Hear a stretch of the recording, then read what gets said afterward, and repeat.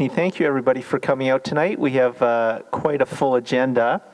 However, I'd like to start the meeting a little bit differently tonight, unfortunately, due to an event that occurred that's quite sad. And I'd like to begin this meeting by honoring Mati Elderjo Macquarie, who passed away on March 13th. Some may remember her for her thoughtful prayers, opening prayers at our board over health meeting on the 4th of February and at other meetings and events. As a retired nurse and an exceptionally dedicated community volunteer, she was an active member of the Ottawa Aboriginal Coalition, community liaison for the Métis Nation of Ontario, on the board of Gignol Housing, a passionate voice on the Ottawa Indigenous Health Strategy Alliance, and a tireless advocate for the health and well-being of First Nations, Inuit, and Métis people in Ottawa. Please stand and join me in a moment of silence in remembrance of her.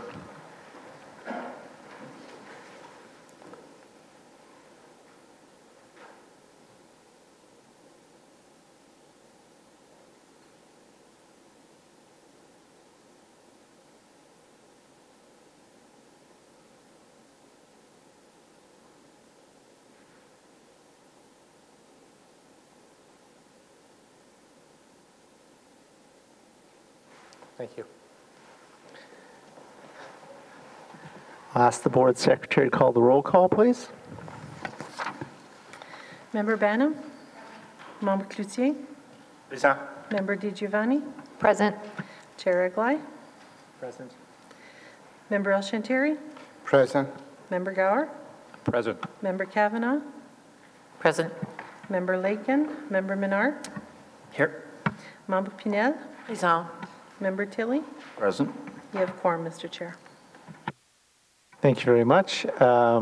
We have regrets from Member Lakin. There are no declarations of pecuniary interest given tonight. Can we confirm the minutes of the meeting of March the 4th, please? Thank you. Communications as are set out in the agenda. I would like to ask Member El-Shantari to move to introduce the reports, please. Motion to introduce the reports. Thank you, Mr. Chair. Be it resolved that Chair of the Board of Health verbal report, the Medical Officer of Health verbal report, and the reports titled Ottawa Public Health 2018 Annual Report, Dental Health Services for Low-Income Seniors, Ontario Public Health Standards, Accountability and Reporting Requirements, Ottawa Public Health Emergency Preparedness and Response 2018 Operating and Capital Budget Year-End Result, Board of Health for the City of Ottawa Health Unit Status Report, Delegation of Authority, Contract Award for the period of July 1st to December 31st, 2018, and attendance at the Associations of Local Public Health Agency 2019 Annual General Meeting and Conference be received and considered. Thank you very much. Carried. I'm now going to go through the consent agenda. So number one would be my verbal report. So we'll hold that. Number two is the medical officer's verbal report.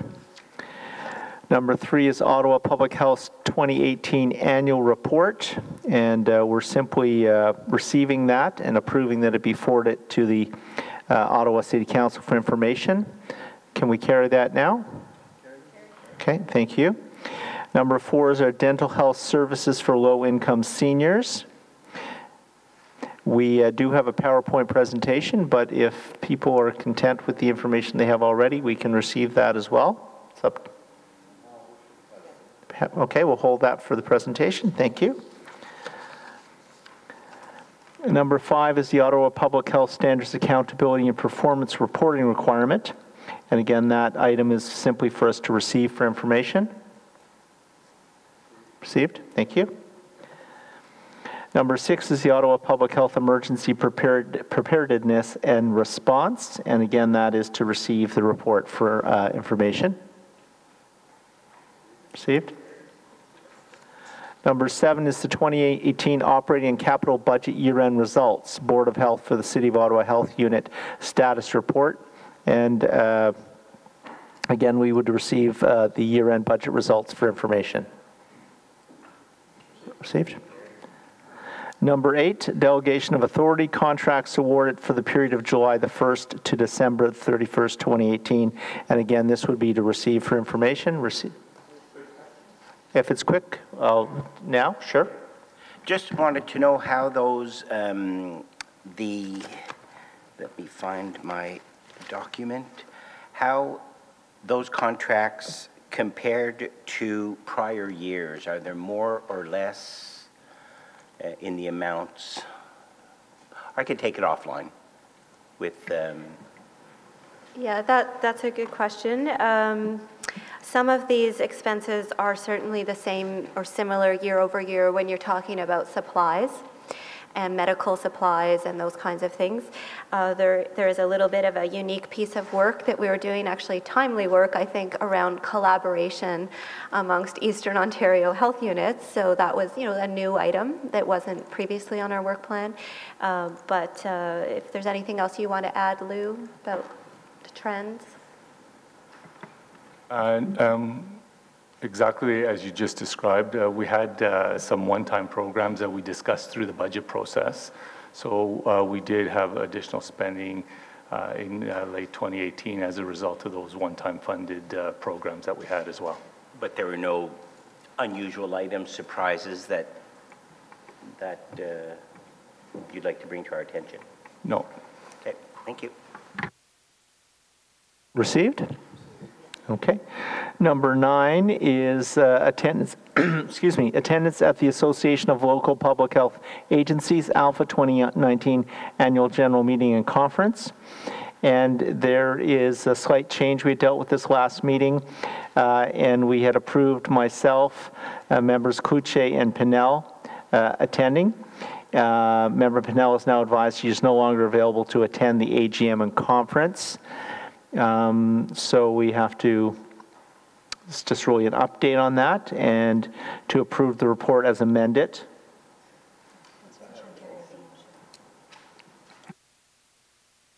Motion, Mr. Chair. So the attendance at the ALPHA Annual General Meeting and Conference, whereas Member Pinnell has advised that she is no longer available to attend the Association of Local Public Health Agencies, ALPHA, Annual General Meeting and Conference on June 9 to 11, 2019 in Kingston. Therefore, be it resolved that the Board of Health approve that Member Pinnell's name be removed from the report recommendation and that the report be approved and amended by this relation. Thank you. One thing I should point out with Member Pinnell deciding not to attend, if another member of the board wishes to attend, they can reach out, I guess, to Deanne. So we need to know tonight. No pressure. We can hold the item if people want to think about it through the meeting, and if they decide, just let us know before the end of the meeting, and if not, we'll approve the motion the way Member El Chantieri has put it forward. So my question is, some of us who have no control over their destiny, they have to check with their staff. Can we wait till tomorrow at least? Tomorrow to be able to... I'm looking at Deanne, see if that's okay. If it's not...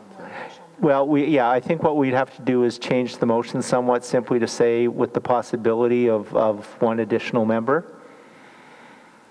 Okay. And then you can find out what your destiny is overnight and let us know. Yeah, we could do that. So with that amendment carried?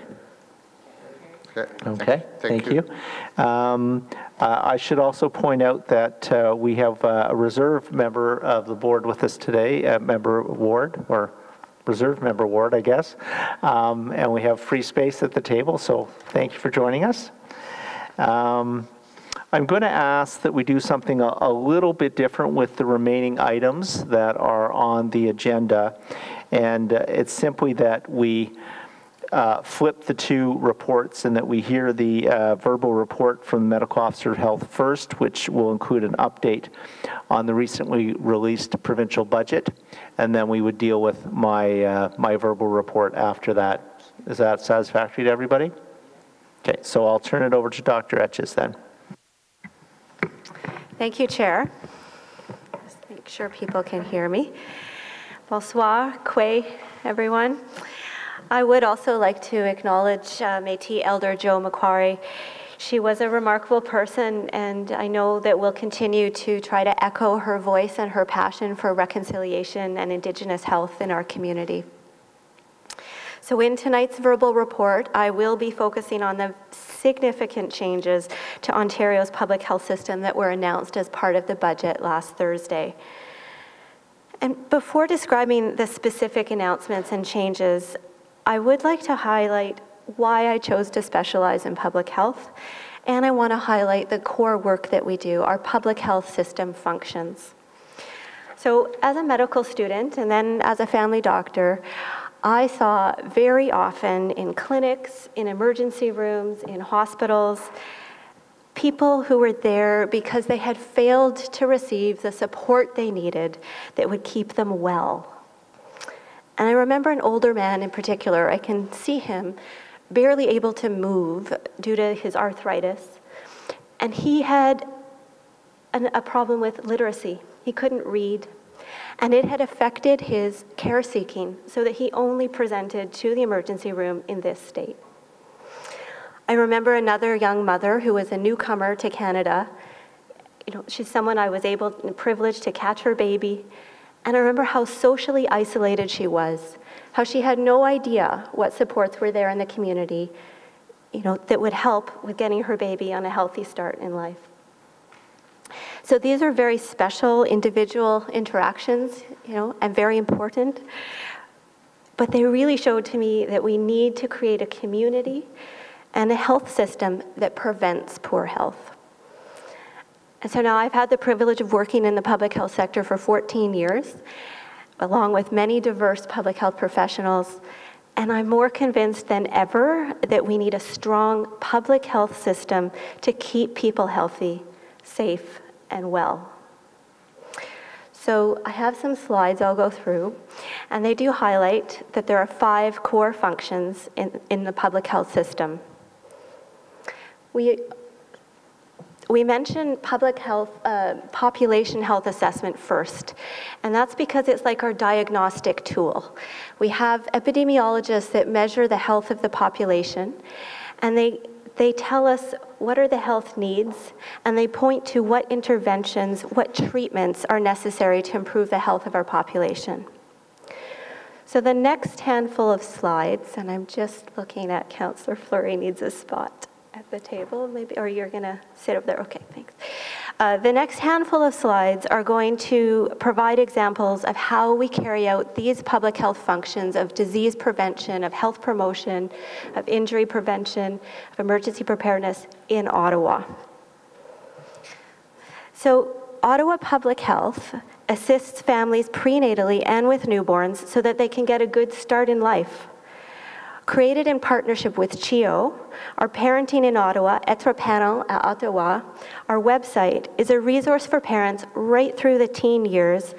And on this site, parents can learn more about connecting to a nurse online, options for telephone or chat support from Ottawa Public Health, nurses again, and also our most intensive support for families and parents is in-home visiting by public health nurses and lay home visitors who come from a variety of cultural backgrounds. The screening of new parents, which is done usually after the birth of a child, also identifies risk factors that triggers this additional support. And for every $1 spent on this early childhood development support, the healthcare system saves up to $9 in future spending on health, social, and justice system expenses. Ottawa Public Health reaches school-age children through health promotion activities and programs, and this is new. when it was realized that many school children are not benefiting from free optometrist exams and that 3 to 5% are at risk for permanent vision loss each year in Ottawa, the province turned to the public health system with our experience of screening for dental health in schools, and they asked us to implement a program that would partner with local optometrists to increase access to glasses as needed. Ottawa Public Health provides immunization services to reduce the harms caused by infectious diseases. And in addition to school-based immunizations, Ottawa Public Health has ventured into giving childhood and catch-up immunizations to populations with barriers to primary care, such as in shelters, for families who have unstable housing, and for refugees, in partner with Centretown Community Health Centre and the YMCA. Every $1 spent on immunizing children with the measles, mumps, and rubella vaccine saves $16 in healthcare costs. And we see the need for this work today in our city, as this month, Ottawa Public Health entered into an enhanced response to investigate 2 cases of measles in individuals who had recently traveled internationally. These 2 cases aren't connected, and Ottawa Public Health is working closely with our local healthcare providers and hospitals to contact families who may have been exposed. Ottawa Public Health engages youth and emerging adults on their ground through social media and online interactions. The health communications are a core function and a channel for health promotion. We have more followers on Twitter, 55,000 plus, than any other local public health agency in North America. And we have some great material for people to spread the word. Ottawa Public Health engages in partnerships such as with inner city health and community health centers to assist people with substance use issues and reduce the harms from substance use and find a pathway to treatment or reduction or cessation of their use. And as the need to address opioid overdose continues, we're also focusing on the myths of cannabis. And I'm pleased to report that we've reached out to all of the 3 new retail outlets in Ottawa that opened on April 1st, and 2 of them are happy to work with us to make sure that they are providing materials and educated about how to reduce the harm due to cannabis use. We're also continuing to shine a light on the substance causing the greatest burden of illness after tobacco, and that's alcohol. For every $1 spent on mental health and addictions, we save $7 in health costs and $30 in lost productivity and social costs. We're a little off the slides, so maybe you go back to that. Okay, that was cannabis, alcohol, and all those substance uses. So then, yes, speaking of tobacco, one of Ottawa Public Health's roles is to promote and protect health through healthy public policies. So this, again, is where I can mention that the City of Ottawa has been a leader in preventing harm due to smoke, and they've created smoke-free spaces. And every $1 invested in tobacco prevention programs saves up to $20 in future healthcare costs. So also an update following the board's support to engage with provincial and federal governments related to vaping. The mayor, the chair, and I had a chance to convey our concerns in conversations about the promotion of vaping products to the provincial and federal ministers of health earlier this month. Other public policy work that we engage in relates to advancing reconciliation with Indigenous communities. And municipal policy is a special focus, such as on transportation policy. And an update is that we're currently co-locating some staff with the planning department to work on the next official plan for the city that guides how the city is built. Ottawa also partners with the City of Ottawa as an active participant in the citywide emergency responses required, such as last fall's tornado or power outage and the Westboro bus crash. And that being said, we work with our partners to prepare, and that is currently underway as we are on standby for flooding conditions. The LHIN has supported Ottawa Public Health work related to in partnership with the City Recreation Department. thanks, to make sure that we have providing our growing population of seniors with the opportunities they need to build their strength and their balance. And it is the #1 cause of injury-related emergency room visits is falls among older adults. And so again, this is where we highlight our preventative role. Lastly, Ottawa Public Health promotes mental health across the lifespan. There's a resource for workplaces, is the video series called Have That Talk on YouTube, and it comes with facilitators' guides that can be used to promote mental health in the workplace. There were 2 new videos released since our last meeting that focus on the mental health of newcomers and people from diverse cultural backgrounds. So by ensuring that Ottawans get a healthy start, remain healthy, and are able to quickly return to health and well-being at all ages, the public health system is delivering value for money. In an era where there's a greater focus on providing better, more timely, and patient-centered care, the public health system is more than carrying its weight. We're making significant contributions to reducing the demands on hospitals and primary care providers. Public health actions now result in fewer emergency room visits today, and they result in fewer emergency room visits tomorrow and into the future. So I will move to the specific announcements in last Thursday's budget. There are implications in each of the fiscal years starting this year. So in 2019 to 2020, there is the intent to improve public health program and back office efficiency and sustainability. And there's a suggestion that the provincial municipal cost sharing formula will be adjusted. Okay. So currently the cost sharing formula with the province is about 75% of our funding comes from the province and 25% from the city. We don't have any specifics on how that might change. There's also streamlining of the Ontario Agency for Health Protection and Promotion that was mentioned, and that's Public Health Ontario, a resource to the field in terms of public health expertise that is expected to be streamlined to have greater flexibility with respect to non-critical standards. And by that, we are wondering if that will reduce the health promotion capacity of the agency.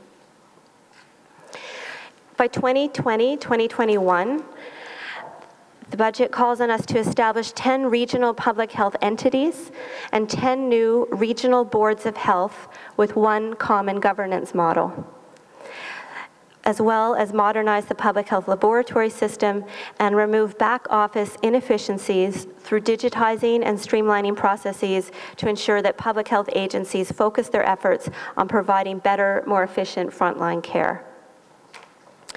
By 2021-22, the public health sector is expected to achieve annual savings of $200 million by modernizing public health units through regionalization and governance changes to achieve economies of scale, streamlined back office functions, and better coordinated actions by public health units. So the current provincial contribution for cost-shared programs is about $750 million across the province. And so with a $200 million reduction, that leads to a figure of a 27% funding cut that's been discussed in the media.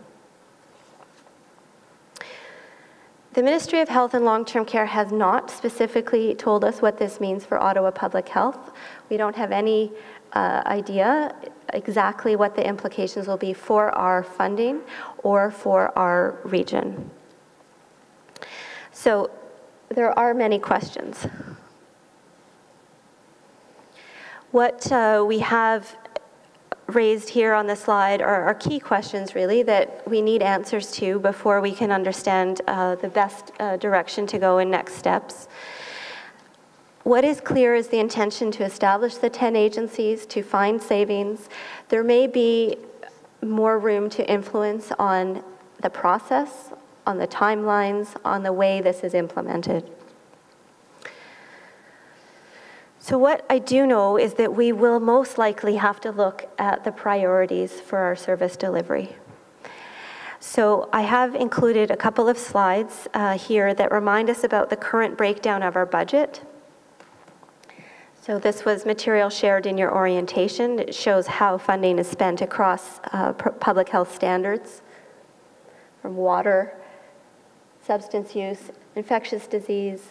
School health is a large portion, and a lot of that staff time goes towards providing immunization. The other point here is that most of our budget is for salaries, benefits, and wages.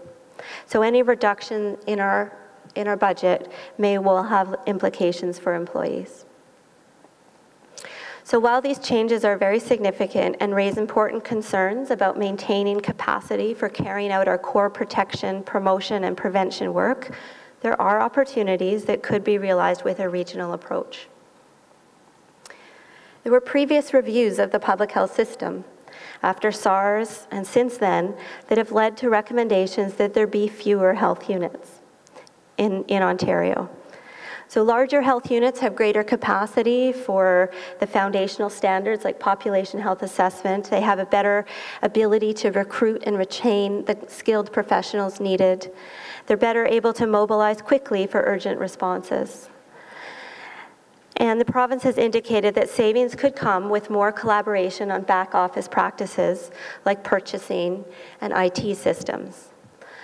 And as you know, Ottawa Public Health is very interested in an electronic public health record. We see advantages to those kinds of directions. Another key opportunity that is part of how the health system is evolving in Ontario is that the province is supporting the establishment of Ontario Health Teams. So these are teams that are intended to focus on the coordination of care for patients and on improving a defined population's health. And I believe that there is a role for the participation of public health agencies as we focus on prevention, promotion, and protection, as we're informed by patient and community needs. I can see a future where public health agencies would work with multiple Ontario health teams, and we can provide guidance on understanding the population in a geographic area so that teams understand what the needs are and what the complex issues are of that population.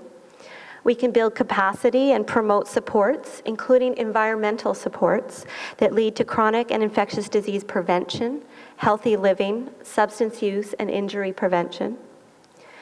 We can also reach into the networks that we have, links with education, with municipalities and social services that will facilitate the community-based awareness and response to emerging health needs that will be needed. And we bring a focus on equity, making sure that no one's left behind.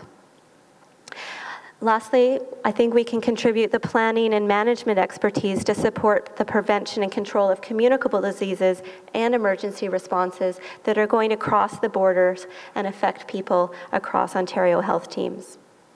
So Ottawa Public Health's mission is to work with our community to improve, protect, and promote the health and well-being of people in our city, and I anticipate that participation as a member of the Ontario health teams will help us achieve that mission. It will also help reduce the pressure on the healthcare system. So the capacity to carry out public health work could be strengthened in this environment where we have emerging Ontario health teams. The next slide, please. The guiding principles. So I think as we go forward, what we want to keep in mind is that populations differ across our province, they differ across our regions, and what's really key is that we maintain local flexibility to be able to adapt our services to the needs of those populations.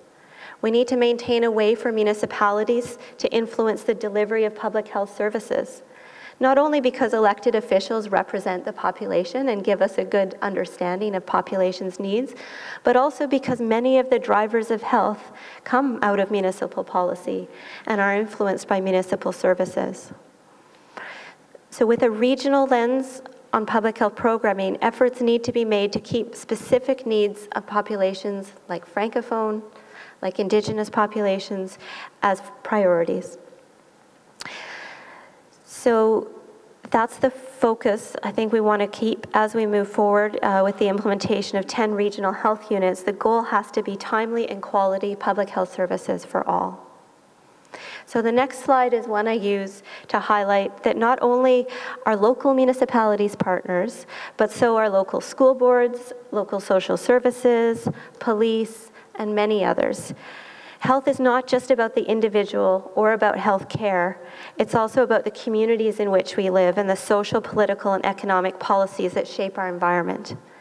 The social and built environments are much greater contributors to our overall health when compared to our biology and even the health care services we receive. So you can see some of what we do overlaps with the healthcare system, and we have other partners we need to keep those connections with. So in order to improve the population's health, in conclusion, I want to highlight that we need to keep the capacity to do the unique work of public health. We are focused on the health of the whole population, on prevention and keeping people well, and those functions are core. So to conclude, I think there's some suggestion here about the way forward, in that we need to keep that population need and the capacity to meet the population's need in mind. Given the potential changes for employees, we need to approach that with respect and value for our employees. We definitely have more information that we need to gather from the ministry, and it may be that we need to find new ways to collaborate with our Eastern Ontario public health agencies so that we can look at potentially proactively putting forward some recommendations for implementation. This is a lot of change. It's very significant. I think it will require perhaps more regular meetings of the board in the near future. And so I would also recommend that we look for some time in your calendars, perhaps for a May meeting in between before we get to June. So I'll just leave that at that, Chair. That concludes my verbal report, and I'm happy to take any questions. Thank you, Dr. Etches. A couple of things before we get there, I think. We do have a speakers list, so I'd ask members of the board to hold their questions until we've heard from the delegations. And I would also like to, at this point, introduce a motion so that the delegations are aware of where the board might be going by the end of the night, and any questions that board members may have as well can be informed by that perspective as well. I think it's an understatement to say that it's been quite an interesting number of weeks over the last little while for public health, both in the city and across the province. We have had defunding of our supervised consumption sites. We've had proposals about alcohol at 9 o'clock in the morning, alcohol in the park. We have, as Dr. Etches just spoken to, a suggestion of changes to both the makeup and service delivery model of our public health system. These are, and that's not to say, as Dr. Etches said, all change is not bad change, but change without consultation, change without advance notice, change with inadequate details, that can only lead to bad change, as far as I'm concerned. So I think a lot of what Dr. Etches said is very important in terms of how we proceed going forward with this, because the changes that we could experience over the next number of months and years in public health could well be transformative. And you can be transformative in a good way, and you can be transformative in a bad way. And this is where the motion that I'm going to put forward comes in. There are some things that I think we absolutely cannot lose sight of. One is the nature or the importance of the locality of what we do. Public health is just that. It's health protection, promotion for the public. And therefore, to do that properly, to provide the best possible service, you have to have that connection to your public. You have to know who the local stakeholders are. You have to know what the local concerns and issues are. I think we saw an excellent example of how that can work in a really good way with the recent measles outbreaks that we've had in the city. Public health was ready to hit the ground running. They knew the health providers involved, they knew the caregivers involved, they knew how to interact with the local businesses to get the word out about where people had been, who they might have exposed the disease to. These are all things I think that would be lost, or could be lost, depending on how you go forward with your regional approach to doing things. So I think we have to keep a focus on consultation with the existing boards of health and existing MOHs as we go forward to see what we could do differently, how it could be done differently. And again, it has to be, I think, a collaborative approach between our level of government, between our board and the province. And if we're not going to do that, then I don't know how we're going to serve the public, again, which is an essential part of the service that we do here. You know, I've kidded Dr. Etches a couple of times since I've taken on this role. She's really the GP for the city. She has a huge patient base that she needs to take care of. And like any good GP, she needs to know her people. She needs to know her public. So we can't lose sight of that. And that's a point I think that we have to bring home quite clearly to the provincial government as we move forward. So I'm going to read out the motion for the benefit of the public that doesn't have access to copies that members of the board may have. Whereas the provincial government's 2019 budget released on April 11, 2019 announced some significant changes to how public health services in Ontario are structured, governed, and funded. And whereas there are many unknowns about how and when the province proposes to implement these changes, and whereas the province is proposing to reduce the number of health units in Ontario from 35 locally based health units to 10 regionally based health units. And whereas local public health is known for its responsiveness to local needs, basing many of its programs and services on local evidence, data, and priorities. And whereas the proposed restructuring is likely to result in a loss of local control and local responsiveness of public health programs and services, therefore be it resolved that the Board of Health for the City of Ottawa Health Unit request that Ottawa City Council requests that the Mayor of Ottawa write to the Province of Ontario to communicate Council's unequivocal support for the work of Ottawa Public Health. Request the province maintain the health protection, health promotion, and prevention mandate of Ottawa Public Health. Request the province maintain the current 75% provincial, 25% municipal funding formula for Ottawa Public Health and public health programs in Ontario. And request the province initiate consultations with municipalities and public health agencies on the public health system in Ontario. So that's the motion, and we'll deal with that later. I'd like to call our first delegation, and that's Nora Foster, Certified Credit Counselor from Resolve Credit and Financial Counseling. And after Nora, it will be Mary-Josée Trepanier, Chair of the Champlain Maternal Newborn Regional Program.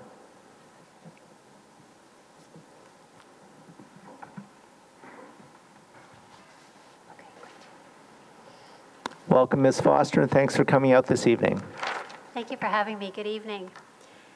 My name is Nora Foster, and I'm a credit counselor with Resolve Credit and Financial Counseling Services in Ottawa. Our agency is a not-for-profit organization helping people deal with debt problems, and we meet regularly with people who gamble. I needed to reschedule an appointment earlier today in order to come to this meeting.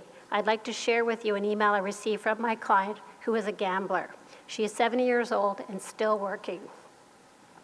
I think I'd better reschedule, if I may. I'm trying to work, but I'm ill. Some kind of heart glitch. They sent me for tests, which I'm still waiting for the results. I'm still functioning, but not very well. Slept all day Sunday and still woke up exhausted. Something is very off. That said, we should probably meet anyway, since I still want to and must deal with my debts as long as I'm still alive. Your advice, even if it is to forget it, may sink in better in person. Have a good meeting. Please press upon them that gambling steals and destroys lives. It's not good for society. I have never gambled in my life before the fateful day my ex and I stepped into that damn casino. I was a normal person with a good reputation, a good credit rating, stellar in fact, a good bank account, property investments. I had no idea I was susceptible. I fell into a trap. I'm not the only one. Just saying. I hope to see you soon, I hope. About a year ago, I received an invitation from the Ottawa Public Health to participate in a gambling committee with other agencies in the community. It was a natural fit for our agency and has proven to be a valuable venue to work with other stakeholders in the community to share best practices, increase awareness, and preventing strategies to reduce the harms from gambling. What is interesting about this committee is the discussions at the table with a focus of addressing the needs of the people in Ottawa. After our last meeting, one of the ladies from the Rideau Carleton Raceway informed me that she took one of my recommendations about streamlining information they provide gamblers at the casino. These meetings are coordinated by Ottawa Public Health. The various community stakeholders, including Resolve Credit Counseling, greatly benefit from this committee. It is a collaborative effort where Dr. Vera Etches keeps the committee on track with a goal to reduce harms from gambling. We've had presentations from a gambling counselor, a professor from Carleton University who presented his research on gambling, as well as people who work at the Rideau Carleton Raceway. One of our meetings was even held there. Through this committee, if we can have staff at the Rideau Carleton Raceway more mindful of the effects of gambling on individuals, have a better understanding of the psychology of gambling with an improved referral system for people who come to my office with gambling debts, then the harmful effects of gambling, which my client earlier described above, would be greatly reduced. Those of us who deal face-to-face with gamblers are very grateful for the Ottawa Public Health for facilitating this committee. Thank you. Thank you very much. Are there any questions for the delegation? Okay, seeing none, thank you. Marie-Josée Trepanier.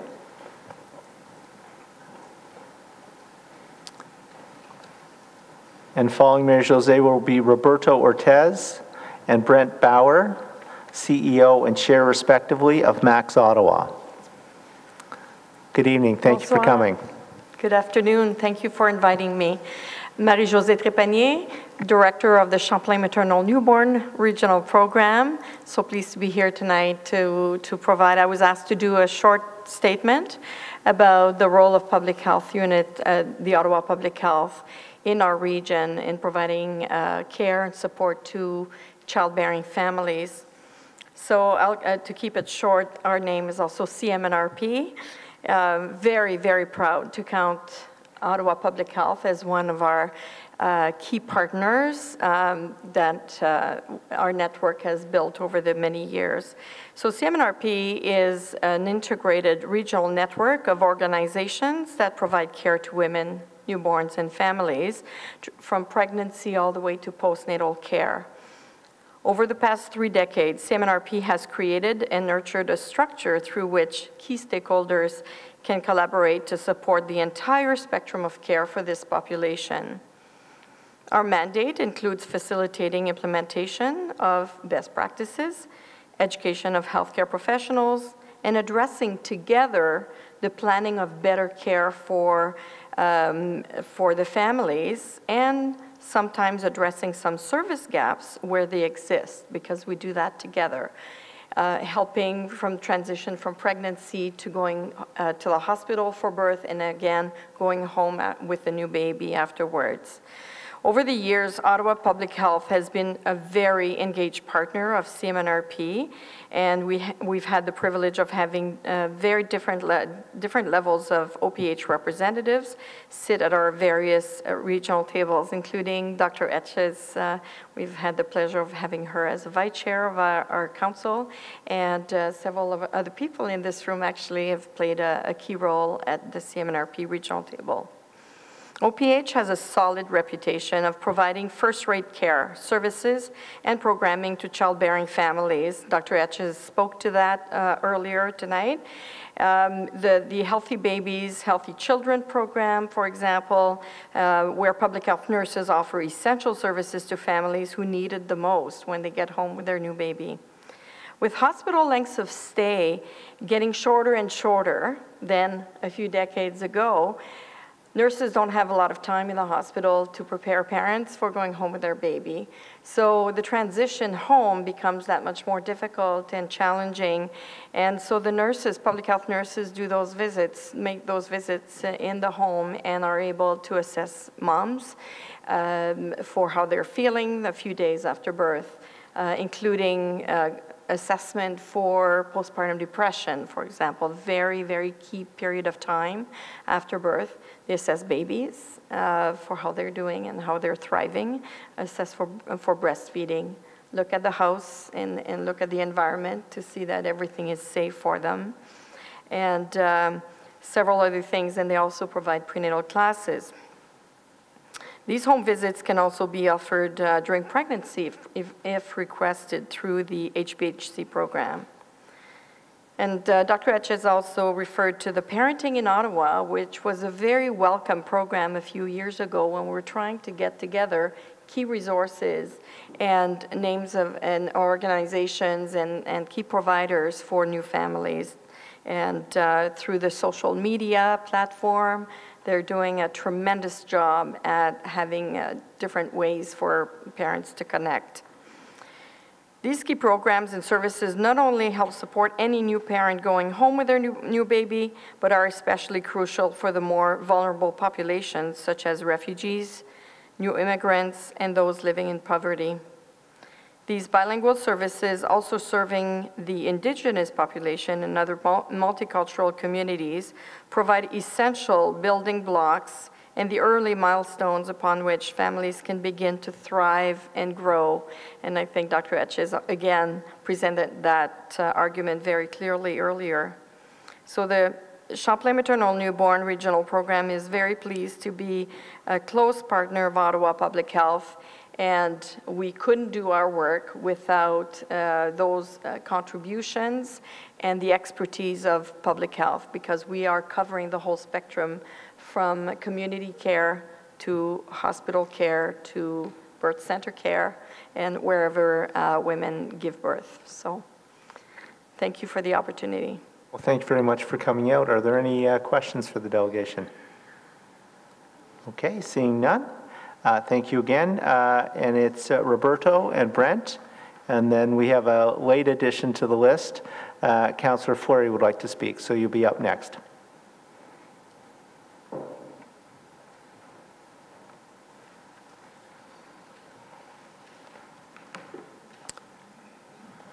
Good evening, gentlemen. Chair, Thanks for Dr. coming out. Etches, board members. We were here before the Board of Health just over a year ago under the auspices of a different council at a meeting I held at the Wabeno Centre in Vanier, which I think is a testament to the dedication of Ottawa Public Health to Indigenous health. We're happy to be back here again to highlight a bit of the way forward given recent events and announcements. My name is Brent Bauer. I'm board chair of Max Ottawa, which is Ontario's first standalone organization dedicated to the health and wellness of guys and to guys. I'm here with Roberto Ortiz, the executive director. The chair called him the CEO. I'm happy to give him a promotion. We're happy to be here to address a few points with you tonight. I think it's important as we move forward that we keep in mind the principles that Dr. Etches enunciated at the end of her presentation, the need for a continued partnership approach that is flexible and respective of local service delivery needs for specific populations in our city.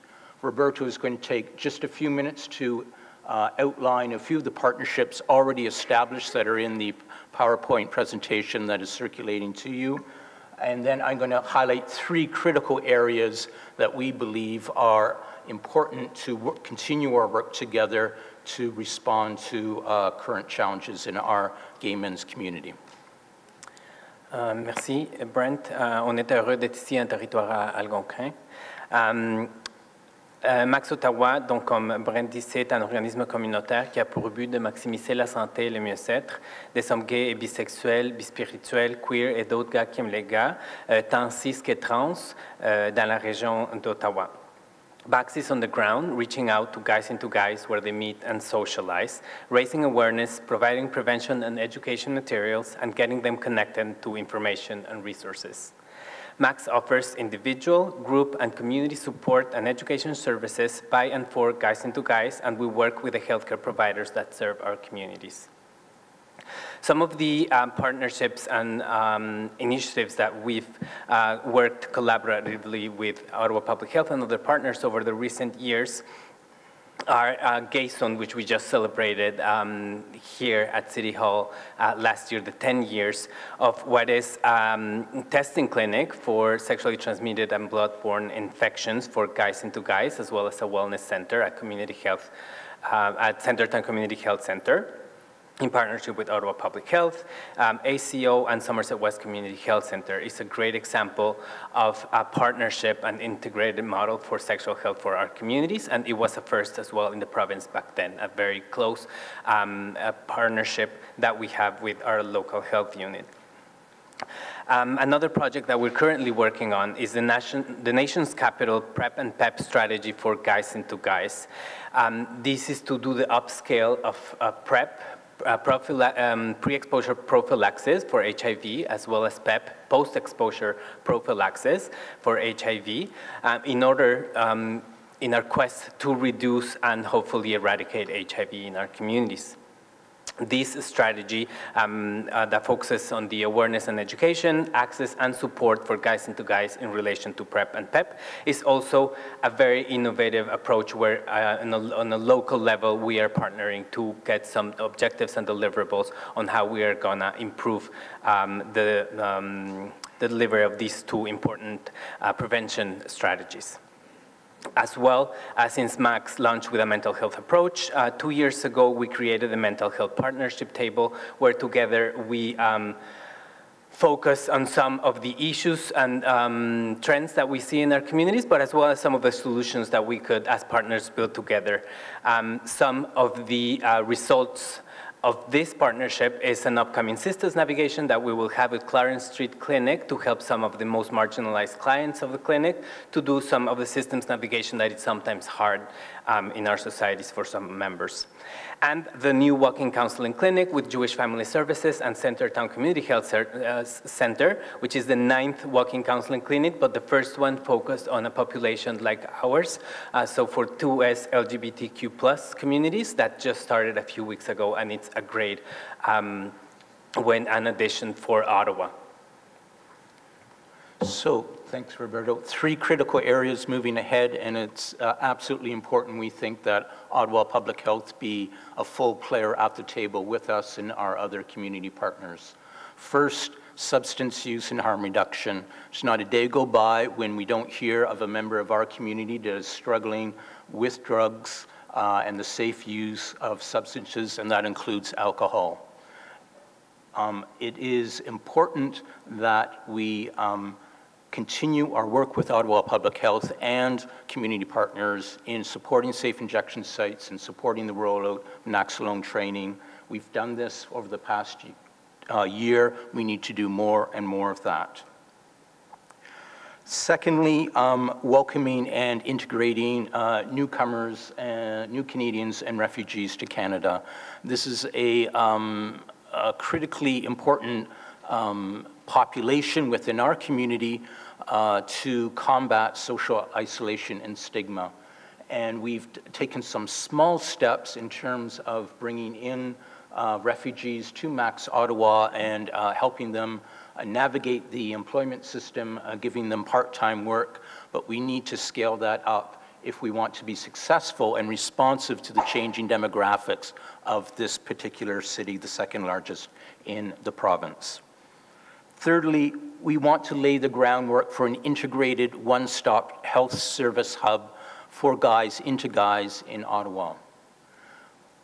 This can address the multiple needs of guys who come into Gay Zone, for example, on the Thursday night, but have other needs to be addressed, such as mental health needs, social integration needs, etc. So a health hub that is a one-stop shop for all the services that they need is within the vision of Max's strategic 3-year plan. laying the groundwork for that in collaboration with Ottawa Public Health and our community partners, I think will be an opportunity in the province as well. We're ahead, actually, of Toronto in this regard in terms of the partnership model that we've established. Wouldn't it be great, as Dr. Etches said, to view the changes such as they are as a real opportunity to work together? Why not take Ottawa and establish an Ontario health team around Guys Into Guys? I leave you with that thought. Thank you for your time. Thank you. Are there any questions, Councillor? Member Cloutier. Thank you, Chair Eglai. Merci beaucoup. Dr. Etches in her presentation and Chair Eglai also in his comments talked about the important role that public health plays on the local level and with our local partners. And you've given, you have given the substance of that. Are you able to speak to, and you spoke of creating the hub, are you able to speak on how going forward, these $200 million of budget cuts might impact across the province, might impact Ottawa Public Health, and we'll navigate that, how that might impact you in the execution of that project?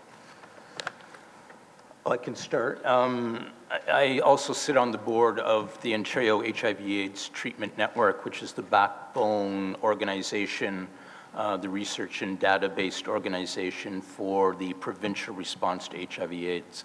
I'm acutely aware, sitting on that provincial board, that the funding dollars are scarce to bring together different service delivery providers in urban areas to have an integrated approach for Guys Into Guys.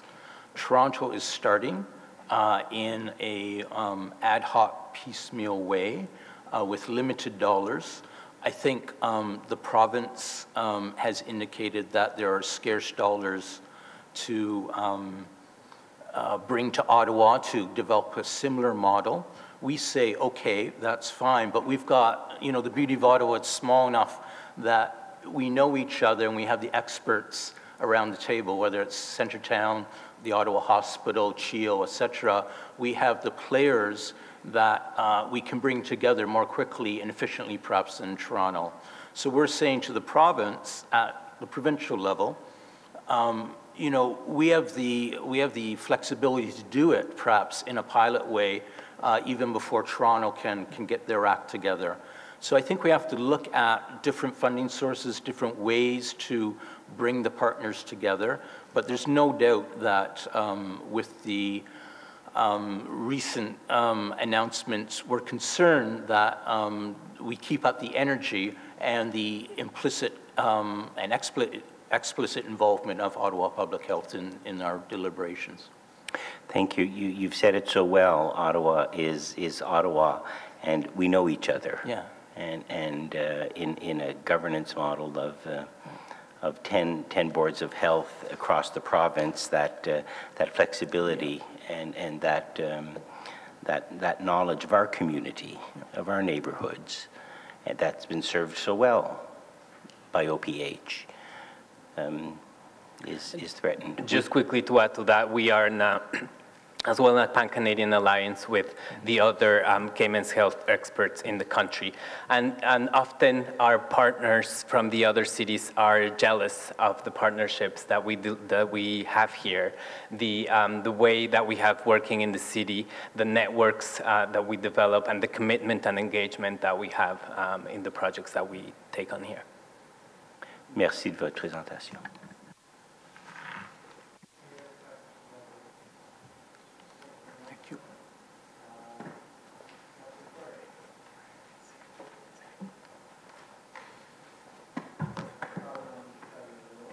They've quieted you down? 3 minutes for me, yes. Okay, dear board members, so I was a member of your board for the last 8 years, and I'm coming today with 3 key pieces that are of value to me. I wasn't planning to speak necessarily on the provincial budget, but as an ex-board member, I just want to remind the board of a few things. But before I address those matters, I wanted to make two little points relating to the fire that happened in my area last week and how effective the public health inspectors were in supporting the local businesses to reopen in a timely manner. So kudos to Vera and the entire team for the work. It's a full team effort. Obviously fire services were there and responding to the fire, but a lot of partners, including public health and the inspectors, were timely in their response. So really want to thank the team for that. And I'll come back to it relating to the provincial piece in a few minutes. But also wanted to come to the board and speak about the supervised injection services and the provincial announcement. First and foremost, the team under Vera and Andrew and the entire team have done tremendous work to respond to the pop-up. I think you have to go back in time that it was an effective response to a pop-up situation. The program was built and really showed its success. That some of the assumptions relating to the existing services through Intercity Health at Shepherds of Good Hope and at Sandy Hill are very different.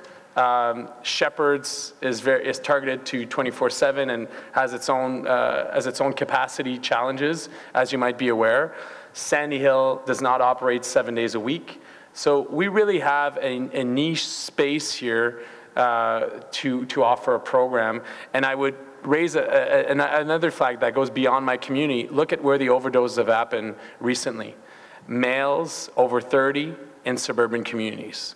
So if you have anything to consider and to look to is to say, obviously the opioid crisis has gone beyond the traditional user and is really impacting everyone across our community. So I'll let the board do its own diligence and response, but certainly want to highlight the chair's efforts in meeting with federal partners, with the mayor, in trying to continue the existing services. But I want to highlight to the board and to the community that, in my mind, the need is much greater. Not simply in the existing areas.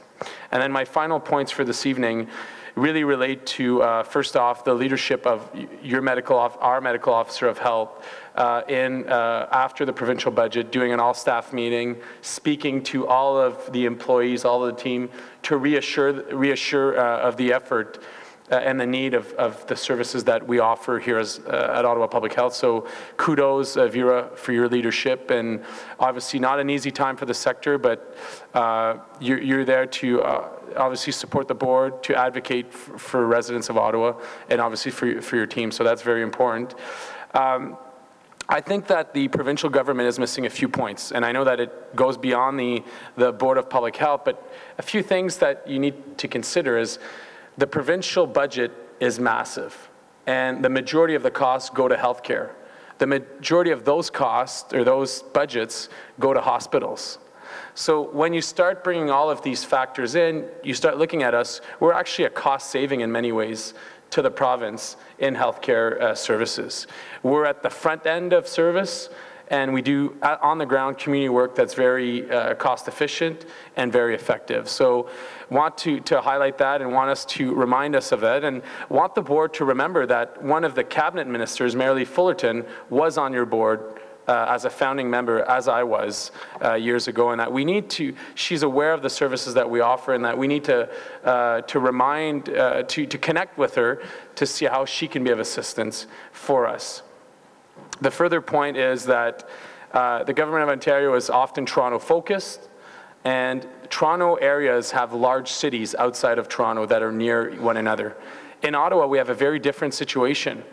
We're a big city, and we have very small municipalities around that have their specificity and their specific needs. We often hear around our city how each community is different, urban, suburban, and rural. And that brings some challenges. So as the province is reviewing, I would really give to our medical officer of health and to the province of Ontario as part of the review the specific nature of Ottawa in terms of demographic, in terms of regional specificities, and so on and so forth. I could talk longer. I recognize my time is ended. But really wanted to give a couple of elements to the board to support the chair and the medical officer of health's pitch here is your programs are effective, they're cost saving, and they matter. Thanks, Matt, for showing up and speaking as a previous board member. I know you served for a long time. To my council colleagues, this is your chance. If you ever wanted to put questions to Councillor Fleury, this is your chance to do it. Okay, I guess you're off the hook, but thank you very much, Matt. Appreciate it. We're now going to go to questions for Dr. Etches. I've started a list. So far, I've got not Doctor, but Member El-Shantiri, Member Kavanagh. Is there anybody else who'd like to go on the list? Okay, and Member Menard. Yeah, no, I got you. You're ahead of him. And Member Kuche. And Chile. All right. So I'll turn the mic over then to Member El-Shantiri. Thank you, Mr. Chair, and thank you, Doctor, for your presentation. Caught my attention when you said 2 out of the 3 cannabis stores agreed to work with you and support the education piece you have offered. Do we know why the 3rd store didn't? I'll just ask Jillian Connolly to speak to that as she leads the team that did the outreach. Okay. Thank you.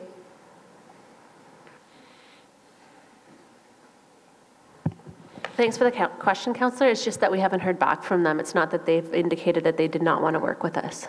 So I'm presuming it's perhaps that they're swamped. The other 2 were very quick and keen to work with us, and the other one, when we reached out, we just haven't heard back, so we're still following up. Okay, so effort's still on its way to deal with all 3 locations. That's our goal, and that's from the positive response when we've had from the other 2, I wouldn't anticipate that the 3rd one would not participate in that. My other question, Doctor, you had said majority of our budget is staff and FT. Do we know exactly the percentage of in your budget, what it would be staff? Yes, I believe it's 86% of our budget, and that's salaries, like wages, as well as benefits. Mm-hmm. One of the areas, Doctor, it seems every time we try to present our cases for prevention, whether in public health, whether in police, and whether in fire and other, we fail to convince the power be to make the investments. How many times we said, if we invest in our children, even in the school, so then we can avoid going further in life and become burden on the system, whether the justice system or policing or other. Where are we failing? Like where we're not making our case clear to the benefit of the prevention in the public health? Like where's the area? And I know we can ask the mayor to write to Toronto, and Toronto will write back, and they tell us the budget, and the Liberal left us with a deficit. We hear all that. But yet, we're spending money in the hospital versus preventing that.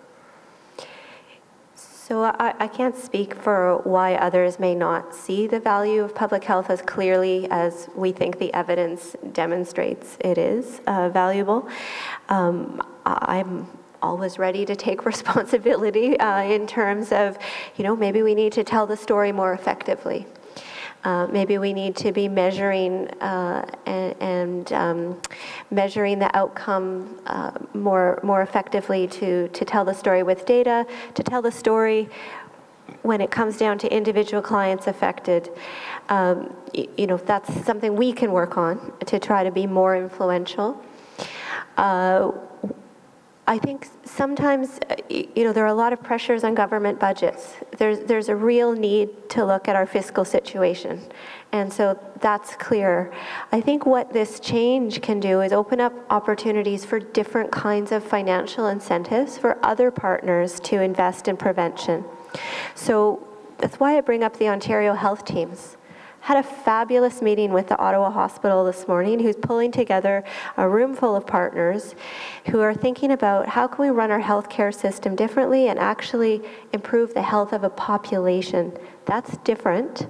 And they have the financial incentive to invest in prevention because it will take the pressure off their hospital budget. So I think the opportunity is sometimes to make the case with those who see the financial incentive a bit more clearly because it directly affects their budget. So I think the way forward is to continue to try to influence, to demonstrate the results we do have, to tell the stories, and to line up with those who are willing to invest.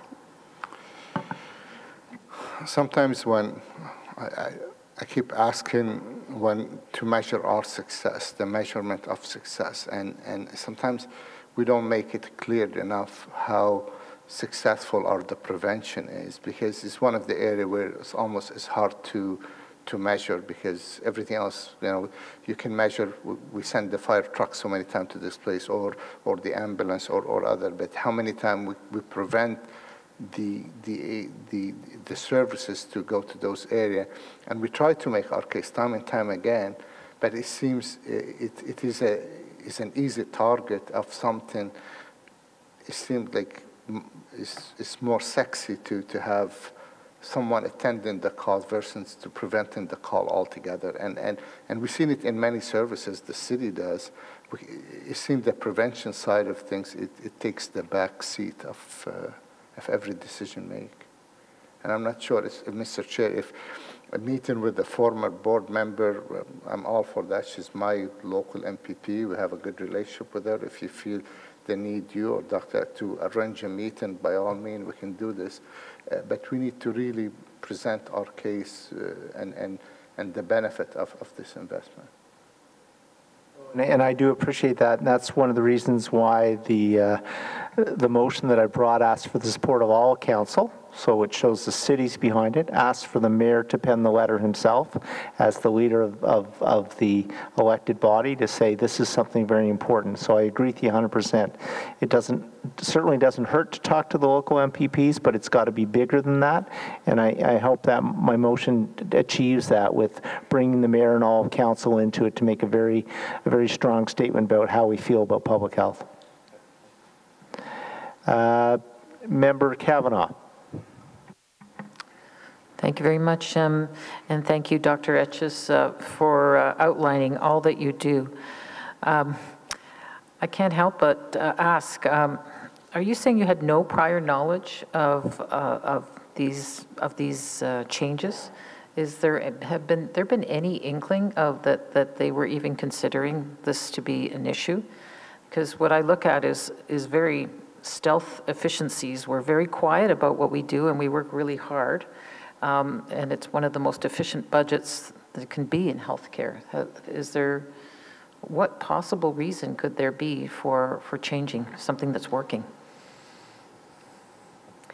For your first question, we did not know that they were looking to reduce the number of public health units. We know that idea has been out there before, more than once before, and so it's not shocking. It was a surprise. We expected the government's looking for efficiencies, and they're looking for simplified systems. So the announcements are in line with that. In terms of the overall healthcare budget, which is in the billions, I think I was trying to look it up, about 60 billion maybe for the Ontario budget. How much of that would be public health care? The whole public health sector, which includes Public Health Ontario provincially, as well as the 35 public health units, comes to about 2% of the healthcare budget for the province of Ontario. 2%. Talk about an ounce of prevention for a pound of cure, because it affects almost every single thing in that rest of that 98%. I'm just blown away at attacking something that only costs 2% of our entire budget.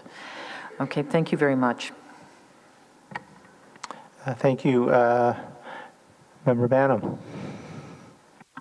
Thank you. First, I'd like to say thank you to the speakers who came today and for all the work that they do in the community. It's clear that public health is so vitally important to our community. Dr. Etches, you spoke so eloquently about the power of prevention and the cost savings of prevention, and its importance to localized, specified responses in cases of emergencies and outbreaks. What I hear being discussed is shifting priorities, but what that truly means is cuts to jobs, to frontline workers who are employed by public health, and also decreases in services. How could there not be when so much of the budget is spent on salaries and benefits?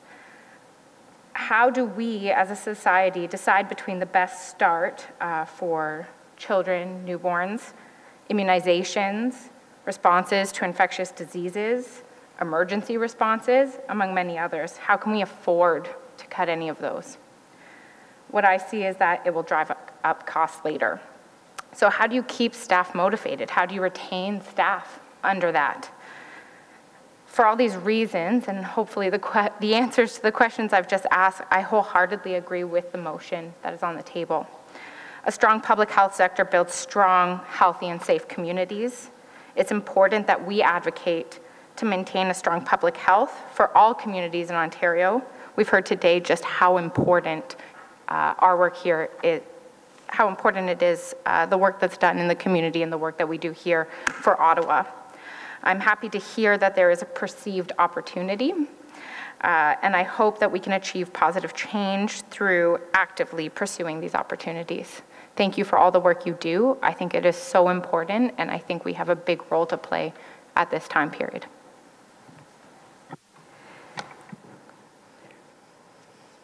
I'm not sure, maybe most of those questions were rhetorical, but I would like to say that how do I choose? It's not up to me. I don't have the answers. The way we work at Ottawa Public Health is that we ask employees what they think.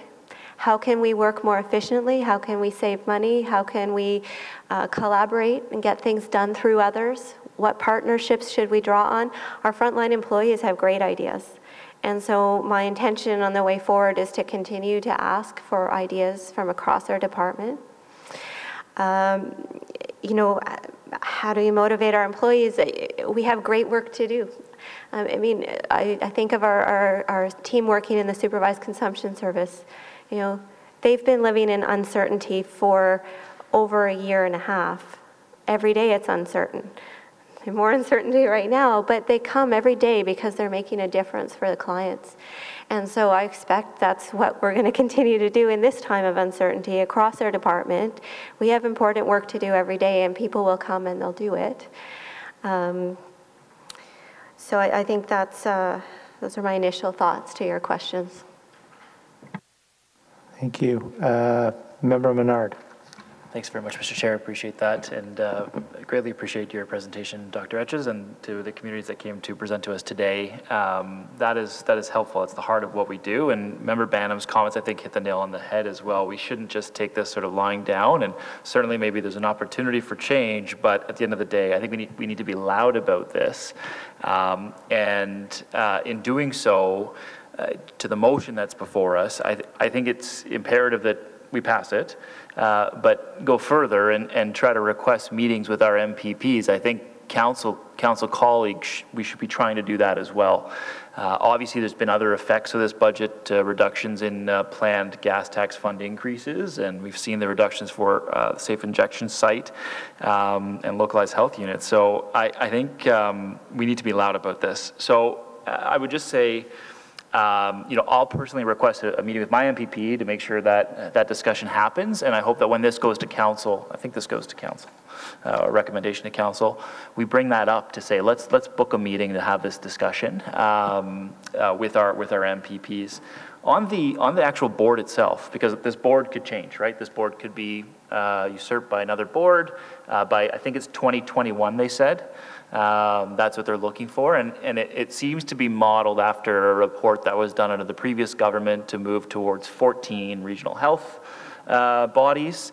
And so I just, without getting into too many details, what could that look like? Might there be an Eastern Ontario board that is reconstituted with other regional municipalities in the area?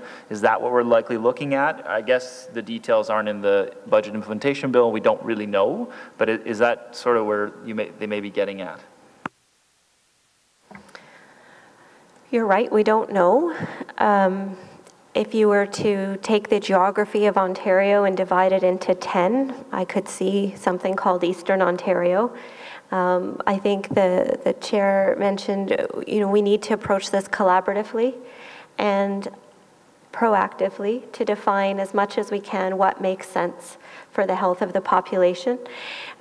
So I think one of my next steps is to reach out to Eastern Ontario Public Health Agencies to see what they think. If there's a larger region and we want to maintain the connection to local communities, then that governance model needs to reflect that local community connection. There will be many different options. I think that's some of the work to be done.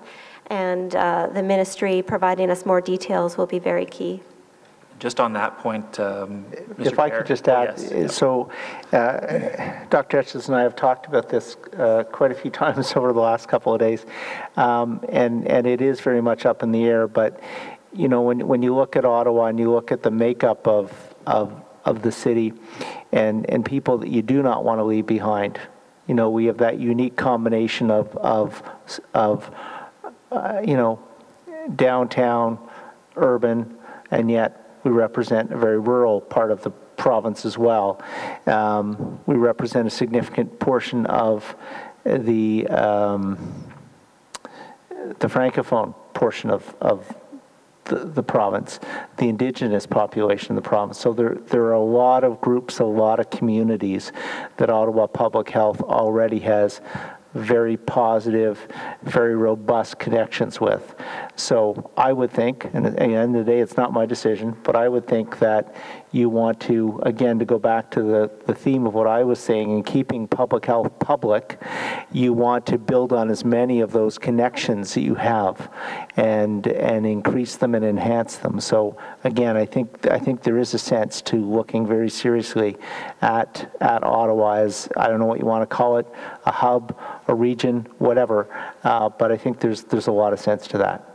Thanks for those comments, Chair. That makes a lot of sense to me as well.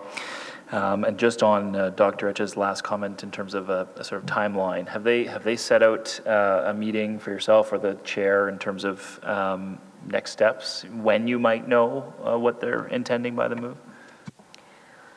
So we expect that a next step will be the Ministry of Health and Long-Term Care. Potentially our Chief Medical Officer of Health will communicate the details that are more relevant and behind this overarching announcement, and we expect that in the next couple of weeks. But they haven't communicated yet.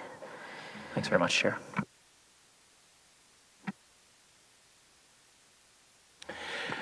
Merci, Monsieur le Président, et merci, Dr. Etches. And some of the comments were already made that I wanted to make. Vous avez très bien établi l'importance de ce Conseil de santé et l'importance de maintenir les liens avec nos communautés. Monsieur le Président vient de parler des communautés francophones, des communautés indigènes de notre ville. Et aussi, ici à Ottawa, spécifiquement, la composante rurale et la composante urbaine, qui a des enjeux spécifiques que Santé publique Ottawa traite. Donc c'est important. Évidemment, on a parlé de la capacité d'intervenir et de diagnostiquer. Et Dr. Etches, vous avez parlé comme médecin. Et ensuite, vous avez parlé comme comptable. Et puis, l'accent sur la prévention et l'évitement des coûts, la valeur que Santé publique donne. Je crois que les statistiques, et je vois le Conseil de santé de Toronto parlait, et c'est des statistiques qui sont disponibles, et vous n'avez parlé, l'évitement de coût de 1 $ sur 16 pour les vaccins, 1 $ sur 7 qui est sauvé pour la santé mentale, et le tabagisme, 1 $ investi sauve 20 $ de frais de santé. And so I guess this, I think we're all in agreement, this is a short-sighted cut. 2%, Councillor Kavanagh said. I saw it, it's even less. I have a document from Alpha that says that it's on $750, but I'll accept that it's $1.2 billion or whatever. It is a small percentage of the $62 billion provincial budget, and it'll impact delivery and prevention, and it's short-sighted, it's bad business, and it's bad governance. So I guess my question is, two questions. Will we be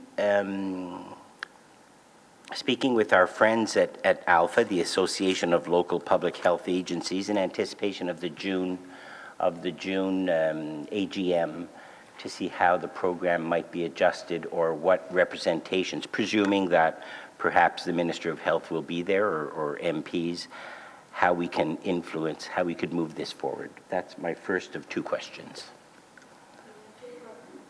Merci pour votre question. Absolument, l'Association des services de santé publique en Ontario a déjà une téléconférence pour discuter les changements.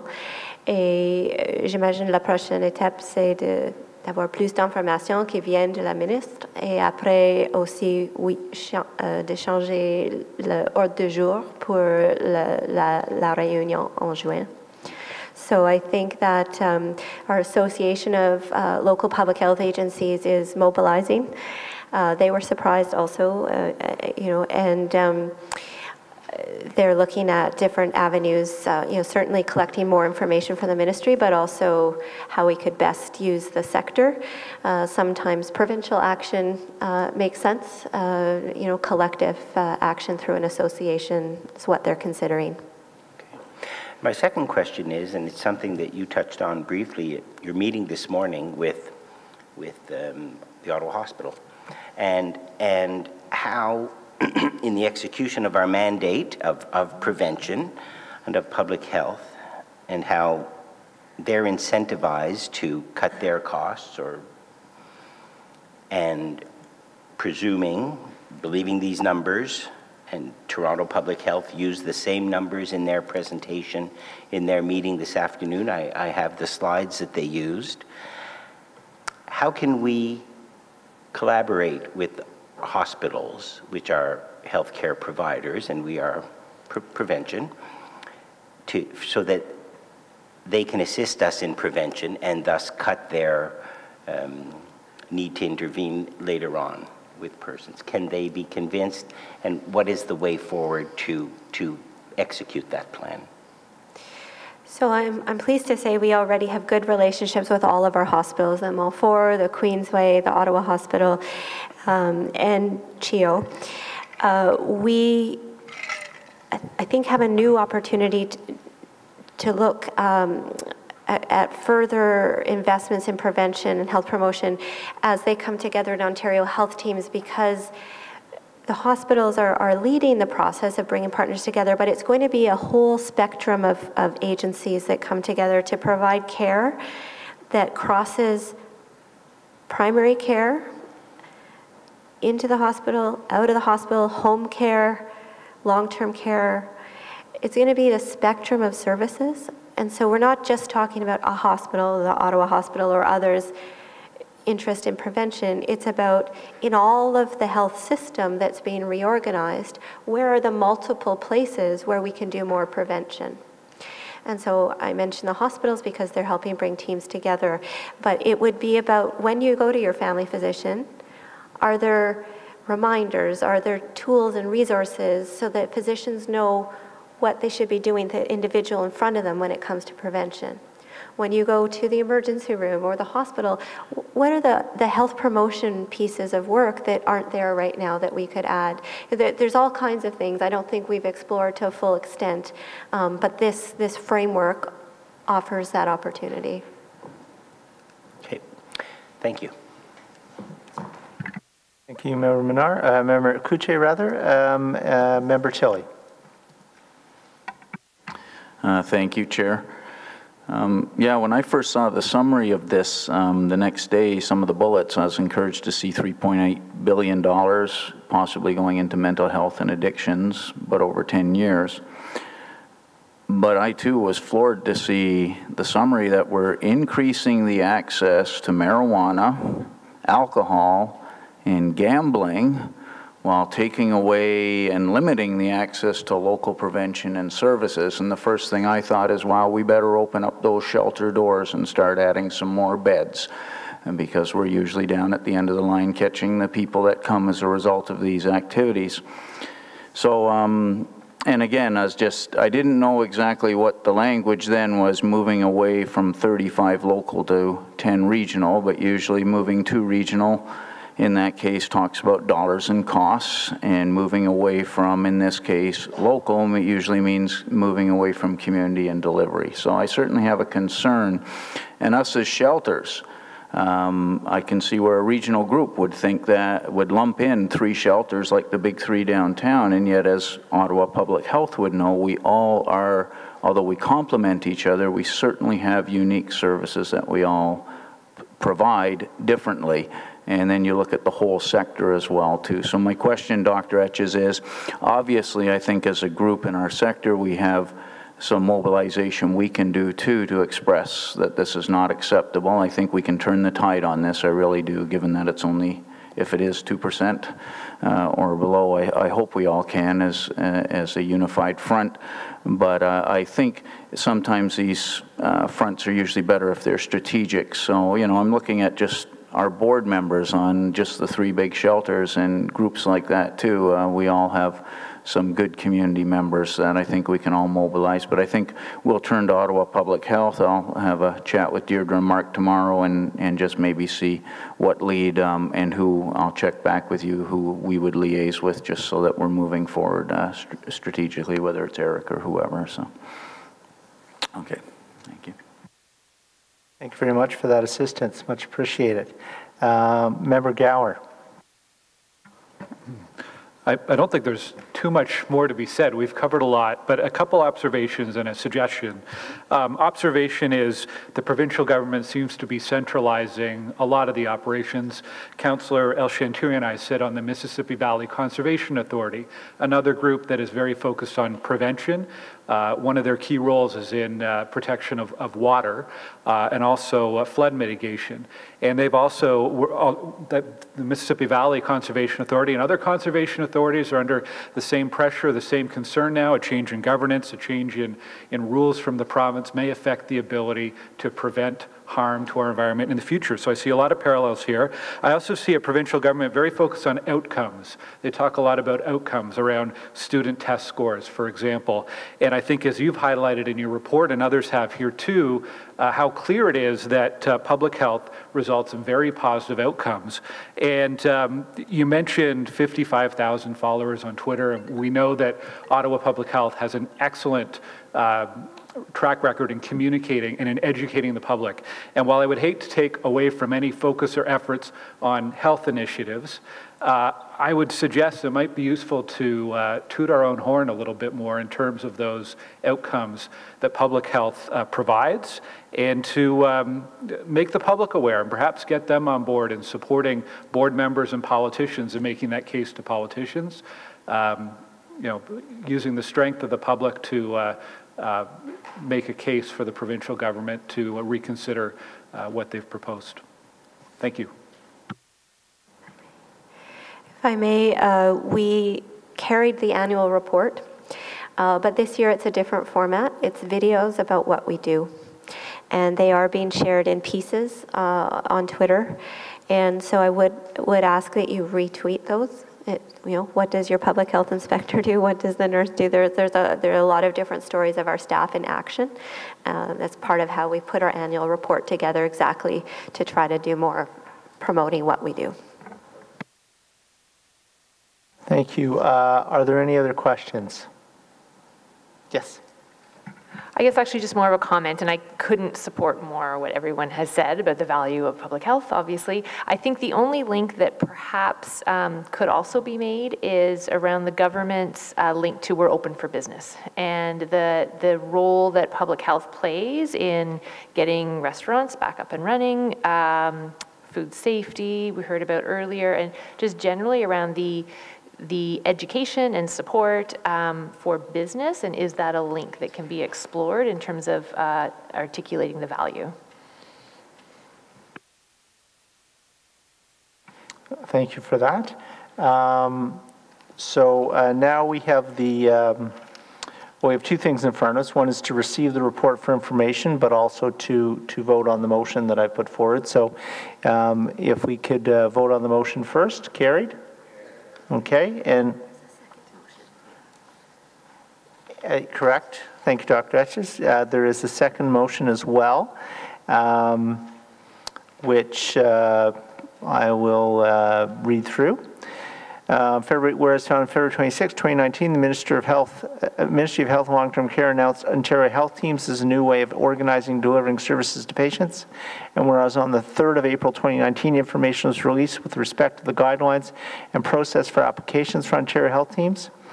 And whereas Ottawa's Medical Officer of Health is engaged in preliminary discussions with local partners to explore the possibility of Ottawa Public Health Teams becoming a partner in Ottawa area-based Ontario Health Teams. And whereas the first step in this process is the submission of self-assessments due to the Ministry by May the 15th, 2019, and the subsequent step will be for selected groups to be invited to submit their full applications by July the 12th, 2019, with Ontario Health Teams being announced in the fall of 2019. And whereas OPH's potential involvement in Ottawa area-based Ontario Health Teams may result in as yet undefined budgetary and/or governance implications for OPH, therefore be it resolved that the Board of Health for the City of Ottawa Health Unit authorize Ottawa's Medical Officer of Health to continue to explore this option in collaboration with local partners, including the submission of self-assessments by May the 15th deadline. And be it further resolved that the Medical Officer of Health should report back to the Board of Health, either at the Board's regular meeting of June 17, 2019, or at a special meeting to be called by the chair as needed, with respect to the outcome and/or with respect to any new information as of the date of said meeting. Carrie?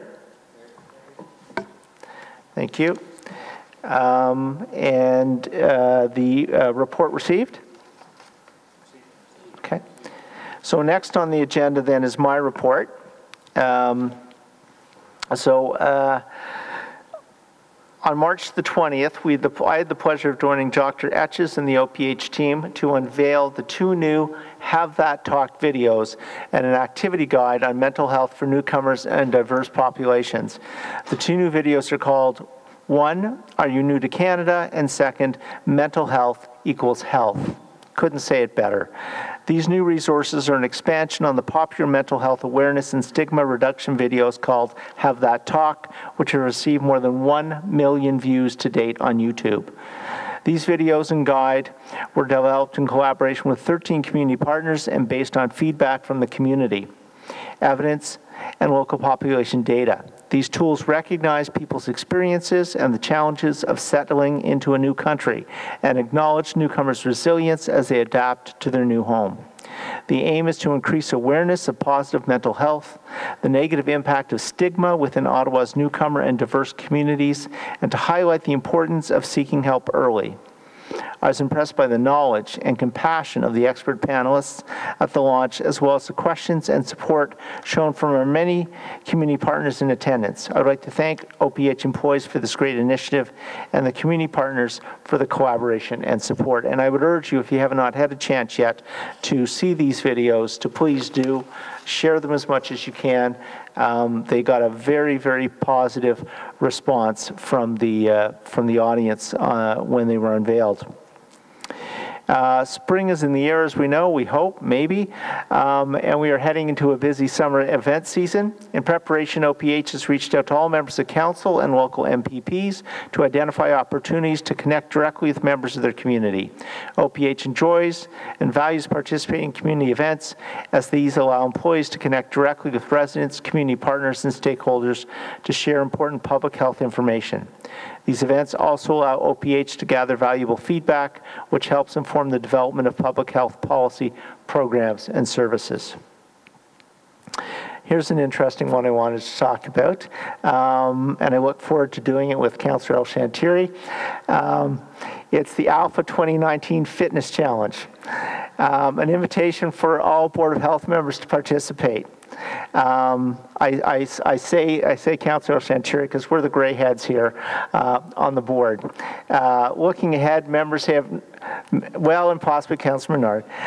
Looking ahead, members have noticed that one of the communications items included in our agenda package relates to the Association of Local Public Health Agencies, or ALPHA Fitness Challenge for Boards of Health. The challenge calls on all members of the board to walk or wheel for 30 minutes in April or May. Through a group, though group activities recommended, the challenge can also be completed individually. Board members attending the OPH All-Staff meeting on May the 28th may have the opportunity to make it a group activity by taking a 30-minute walk together at the end of the day. To build on Councillor or Member Gower's comments about tooting our horn, let's do it. Let's have a video and let's put it out there. Maybe hold up a sign that says public health is about the public. Otherwise, I would encourage board members to complete their 30-minute walk or bicycle ride individually, and to report this activity to our board secretary, who report our participation back to Alpha. CTS funding. Finally, as you know, on March the 29th, we've talked about it a little bit tonight already, the Ministry of Health and Long-Term Care announced that the Ottawa Public Health was not one of the 15 approved consumption and treatment services in Ontario. In response to this announcement, on April the 1st, Mayor Watson and I sent a joint letter to the Minister of Health and Long-Term Care expressing disappointment with the decision, stressing the need for continued funding and requesting reconsideration. The letter outlined OPH's role in the community with respect to reducing the risk of infectious diseases and deaths, and our work with partner agencies. And I think we've heard a bit of that tonight from some of the delegations. It also referenced the more than 14,000 visits to our supervised consumption sites since its opening, which help reduce the burden on our overall health system. On April the 3rd, 2019, Mayor Watson, Dr. Etches, and I met with the Honourable Jeanette Pepitas Taylor, the Federal Minister of Health, to discuss options for interim support from the Government of Canada. This meeting was followed by a joint letter to the Minister asking for her consideration of a specific request for interim funding for OPH's consumption and treatment service. Board of Health members have been kept informed on these recent developments through regular email communications on March the 29th, April the 1st, and April the 5th. And of course, we will continue to keep you in the loop. For over 20 years, OPH has served and provided leadership in the community of Ottawa by reducing the risk of infectious diseases and deaths through the direct provision of harm reduction services, as well as through coordination of such services across agencies. As such, OPH has been a pioneer in delivering services to prevent the transmission of HIV, hepatitis C, and other associated diseases, and in linking clients to social and health services.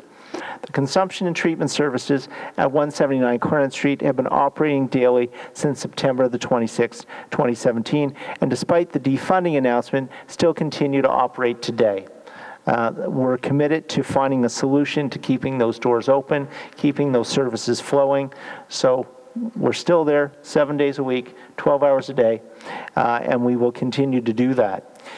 Though there are consumption and treatment services nearby that have been approved for provincial funding for the fiscal year 2019-2020, most notably the Shepherds of Good Hope Intercity Health Service, they've indicated that they are not currently operating at full capacity.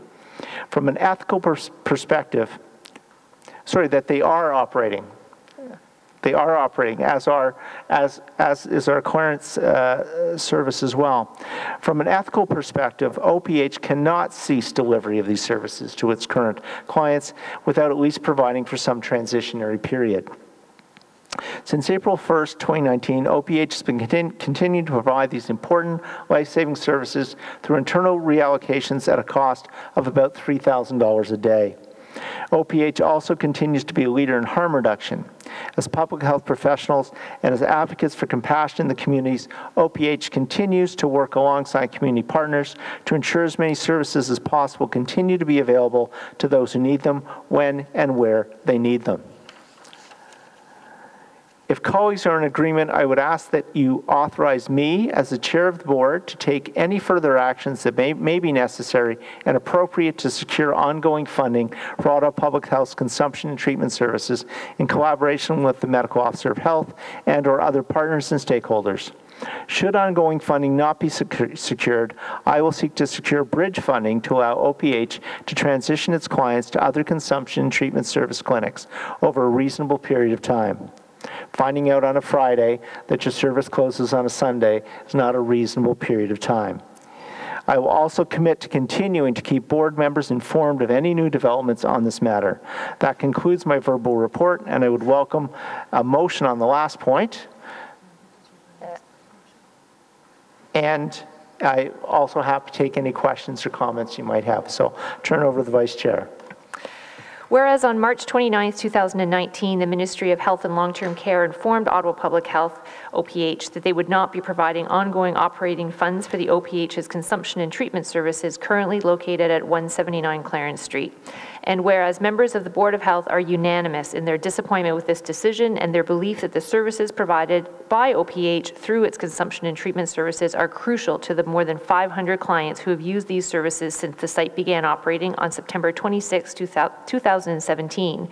And whereas the Chair of the Board of Health and the Mayor of Ottawa have written a joint letter to the Ontario Minister of Health asking her to review and reconsider this funding decision, and whereas OPH is exploring all available options for ensuring these life-saving services can continue. Therefore, be it resolved that the Board of Health for the City of Ottawa Health Unit authorize its Chair, Councillor Keith Eglai, in collaboration with the Medical Officer of Health and/or other partners and stakeholders as appropriate, to take any further actions that may be necessary and appropriate to secure ongoing funding for Ottawa Public Health's consumption and treatment services, and to report back to the Board of Health as appropriate. So any questions, concerns on the motion? Carried, thank you. Receipt of the report? Okay. Now, we have one hold left, and that's dental health services for low-income seniors. We also have a rule that we're not to go past 7 o'clock. So if you want to bring that motion, please. So you're right, Mr. Chair. We do have a motion to extend the meeting. Be it resolved, the Board of Health approve that the meeting time be extended past 7 p.m. pursuant to subsection 8, subsection 1C of the procedures bylaw. Carried. Thank you. So as I indicated, the last hold on our agenda was dental health services for low-income seniors. I had the pleasure a couple of weeks ago of visiting one of our dental clinic on Merivale Road. I saw the biggest toothbrush I've ever seen in my life, but I also saw a lot of very hardworking individuals with a very robust practice. Lots of people waiting to be serviced, so clearly it's something that we need. And I'm going to turn it over to you to tell us a little bit more about just the kind of work that you do there. Thank you, Mr. Chair. Bonsoir. I have a brief presentation that highlights key points from the report before you, as well as an update from the recent ministry announcement on dental health services for low-income seniors. With me is Nancy Kennedy, the program manager for dental services, as well as Dr. Wan Yan, who is our senior dentist and supervisor, both overseeing the operations of 4 dental clinics that Ottawa Public Health runs, including one that serves Indigenous individuals and families, in addition to some additional prevention services through a variety of revenue sources and streams. So as people age, their gums their gums recede, they may experience physical and cognitive decline, and that makes seniors particularly susceptible and at risk for dental disease, including tooth decay, gum disease, and missing teeth. So over the past few years, Ottawa Public Health dental hygienists with 14 community and health resource centers have been working to prevent dental disease, and that's been the focus for seniors through free screening and fluoride varnish applications. In addition, our dental information line provides system navigation to about 1,500 seniors that call us each year unable to access treatment. And of the seniors that we see through our screening clinics, about 63% of them are found to have urgent dental needs. So currently we do have very limited dental treatment options for the seniors that are low income. There is dental funding for seniors receiving social assistance income supports. And for those who do not qualify for social assistance, the City of Ottawa Older Action Plan has provided one-time funding for us to treat a limited number of seniors with urgent needs. And for others, the hospital emergency departments really becomes their only option. And our Ottawa hospital ERs see about 200 seniors each year requiring urgent treatment for infection and dental pain. So following the posting of this report, the Ontario government announced provincial funding for a new dental program for low-income seniors. So those seniors who lack benefits and meet the income threshold will be able to receive dental services. And we understand that this will begin in the late summer of this year and then expected full implementation in winter 2020. Over the last couple of months, we conducted some consultation with a variety of stakeholders, including the Dental Association, private dentists, advocates for older adults, community health centers, and seniors themselves. And our objective specifically was to understand the voice of low-income seniors who face challenges, their expectations around access to service, and motivators and barriers to using the program once it becomes available. And this is the direct quote and a common theme that we heard from seniors. They really did tell us that this type of program will dramatically help them with an improved quality of care of life. And we also heard among stakeholders that they really do support Ottawa Public Health's leadership in furthering this initiative. So moving forward, we will monitor provincial developments and terms and conditions and any funding opportunities, which will help increase service capacity as soon as possible. And we will continue to work with our local dentists and partners. Thank you. Thank you very much. Any questions? Yes. Thank you, Mr. Chair, and thank you for your presentation. My question to you is, with the focus on social income, are they to receive a treatment, or just because I heard like there's a limited, so most likely they would pull the tooth instead of repairing, or it must be a limit to it. Can you explain to me the limit? I can, and I'm going to turn this question over to Nancy Kennedy, who understands the limitations of the funding streams that we have. Thank you. Are you talking about the new plan? The old plan as well, or the new plan? The existing plan under the older adult. So we follow the same as what we provide for our Ontario Works adults. So they can come in for an emergency or an urgent need. So if they're calling for a checkup, no, that's not covered. If they're calling for tooth cleaning, that's not covered. If they have a concern, their teeth are bleeding, they have a concern, they have a broken tooth, yes, come in. They can be seen by one of our dentists, and they have a professional opinion and usually an offer of service that day. So again, that follows our service agreement with social assistants in terms of the level of service for their clients. So we are just following other programs to that.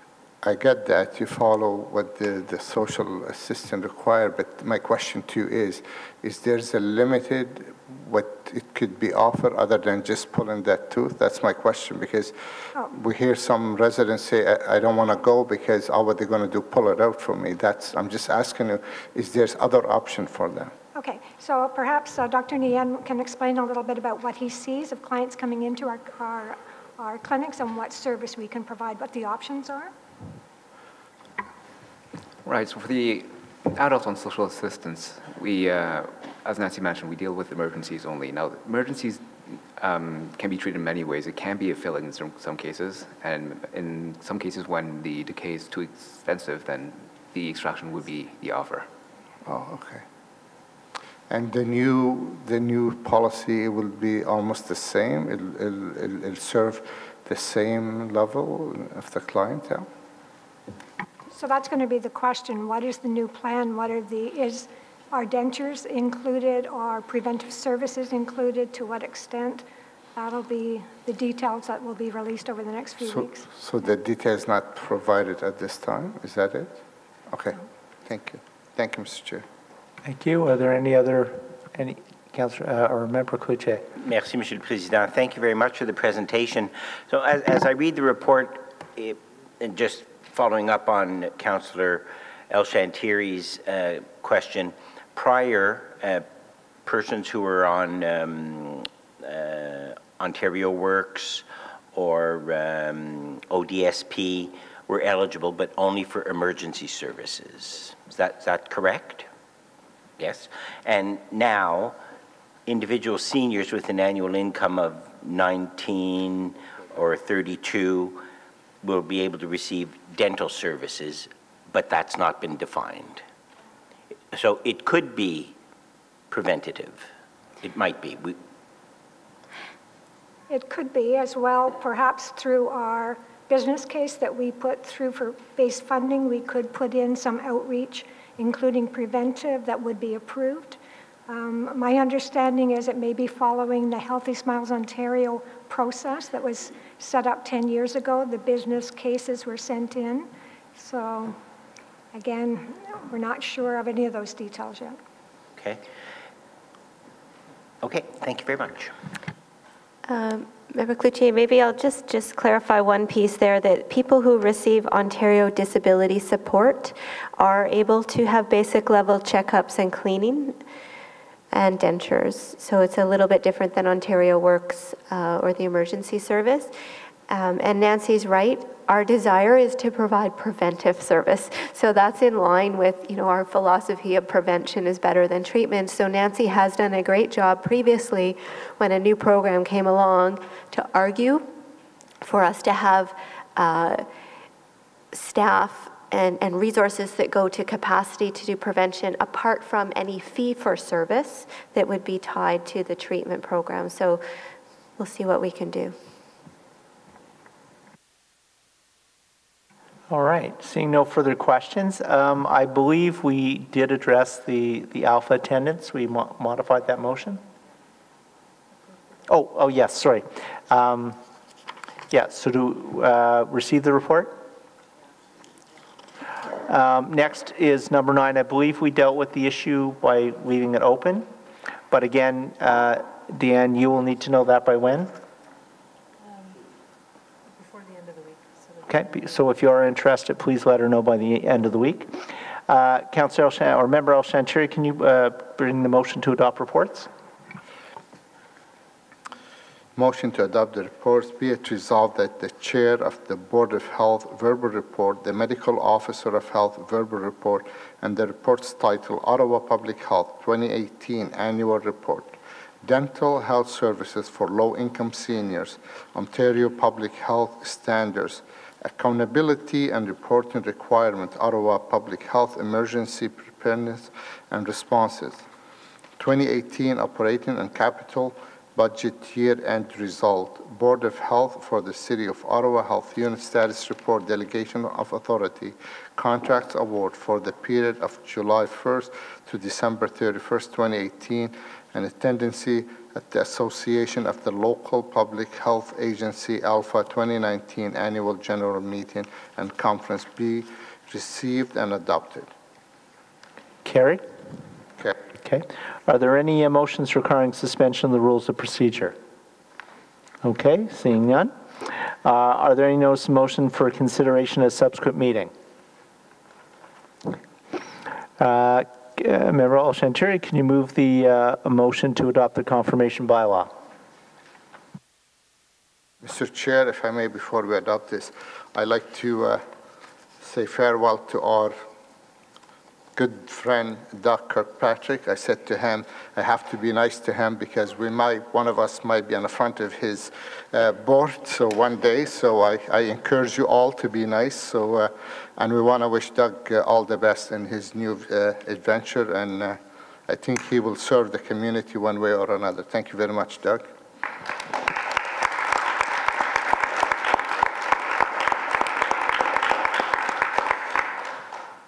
And confirmation of bylaw, and by the way, Doug didn't pay me to say this.